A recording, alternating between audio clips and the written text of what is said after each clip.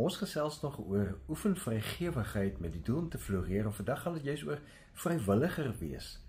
Ons het gewoond geraak om virtueel, met ander woorde per video oproep of per WhatsApp call of op ander maniere via die selfoon of internet met mekaar te kommunikeer. Wat dit onbewuslik aanmoedig, is dat ons meer waarnemers begin word. Ek bedoel, dit is makliker om te kyk hoe ander mense as vrywilligers optree by een of ander positiewe inisiatief en dan net 'n hartjie of 'n emoticon te tik om te wys dat jy ook omgee en belangstel. Maar jy is nie fisies self daarteenwoordig nie.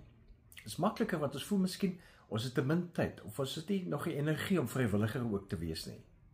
Maar navorsing wys dat wanneer ons onbaatsigtig van onsself gee, dit wil sê sonder om iets terug te verwag, verryk dit nie net ander se lewens nie, dit verryk ons eie lewe.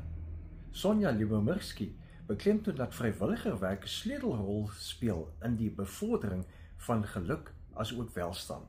Dit bou veerkragtigheid, dit versterk sosiale bande, dit gee 'n gevoel van betekenis. Dit beteken prakties dat ons nie net 'n vrywilliger moet wees wanneer ons geprys gaan word of ons name in die koerant gaan verskyn nie. Ons moet dit nie doen omdat dit ons laat belangrik voel nie, maar juis omdat die saak van vrywilliger wees so belangrik is.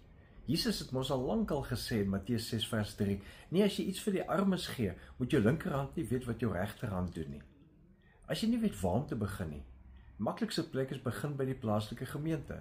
Gemeentes is gewoonlik betrokke om die gemeenskap op te hef en te help, en natuurlik sal vrywilligers ook nodig om gemeenteaktiwiteite in stand te hou.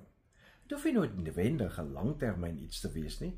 Jy kan byvoorbeeld help met die Kersmark. Jy kan byvoorbeeld help met 'n beurt by 'n sopkombuis.